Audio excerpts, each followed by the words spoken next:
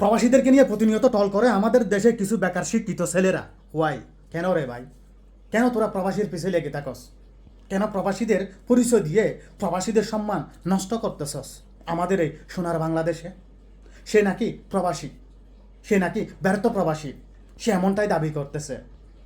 এই ছেলে নাকি সৌদি আরবে 60টা বছর ছিল, আর এই ছেলের একটা ড্রিম স্বপ্ন, সে আইফোন কিনবে। আচ্ছা, এটা কীরকম স্বপ্ন হবে বলুন তো? মানুষের কাছ থেকে চান্দা নিয়ে, ভিক্ষা নিয়ে সে একটা স্বপ্ন পূরণ করবে। আপনি কি স্টুডেন্ট? না, আমি প্রবাসী, আপনি প্রবাসী? ব্যর্থ প্রবাসী। ব্যর্থ আমার প্রবাসী? মনে হয় হ্যাঁ। মানে এটা আপনি আমাদের কোন দেশের দেশে ছিলেন? শিক্ষিত সৌদি। সমাজের সৌদি আরব স্বপ্ন। ছিলেন? হ্যাঁ। কত বছর আসলে ছিলেন? ভাই, 4 এগুলো বছর 4 মাস। এগুলো হচ্ছে নাটক। তারা প্রবাসীদের কথা বললে আমাদের দেশে রাতারাতি ভাইরাল হয়ে যায়। তারাও বুঝতে পারে, এই জন্য প্রবাসীদের টপিক নিয়ে অনেকে বিভিন্ন রকমের এইরকম নেগেটিভ কিছু যখন প্রবাসীদের সামনে তুলে ধরে, তারা রাতারাতি ভাইরাল হয়ে যায়। এমনটাই আর কি। মানুষকে কি বোঝাচ্ছেন আপনি? আমি বুঝাচ্ছি, মানে আমার স্বপ্নটা আমার আর কাছে এই খুব ছেলে ইম্পর্টেন্ট। প্রবাসীর একটা সাইনবোর্ড আইফোন চালাবো, লাগিয়ে এটা আমার সে ড্রিম, আমার মানুষের কাছ স্বপ্ন। থেকে চান্দা আদায় করতেছে, মানুষের কাছ থেকে সাহায্য চাচ্ছে। হ্যাঁ, আর ওই যে যে ক্যামেরাম্যান, সরি ভিডিওম্যান, এই যে কথা বলতেছে, সে তার কাছে জিজ্ঞেস করতেছে, এই যে আপনি যে মানুষের কাছ থেকে সাহায্য চেয়ে যে আপনি আইফোন কিনবেন, আপনার লজ্জা লাগে না? এগুলো সব নাটক।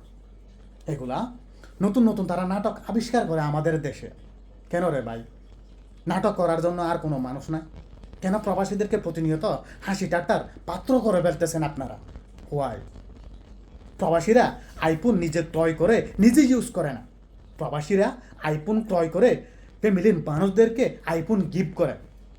আর এই ছেলে 60টা বছর নাকি সৌদি আরবে ছিল, সে ইনকাম করে সৌদি আরবে একটা আইফোন কিনতে পারে না। আপনারা একটু চিন্তা করে দেখেন তো। আর এই পরিপ্রেক্ষিতে সে ভিক্ষা করবে, মানুষের কাছ থেকে চান্দা নিবে, তারপর সে আইফোন কিনবে। আরে বেটা, নিজে কাজ কর। আল্লাহ 2টা হাত দিয়েছে, 2টা পা দিয়েছে, 2টা চোখ দিয়েছে, এত সুন্দর বডি, এত সুন্দর ফিগার। এটা যদি ভাইরাল হয়ে যায়, এটা যদি মানুষের চোখে পড়ে, আচ্ছা কীভাবে মুখ দেখাবে? আসলে মানুষের দিন দিন লজ্জা শরম উঠে যাচ্ছে, এটাই মনে করতে হবে।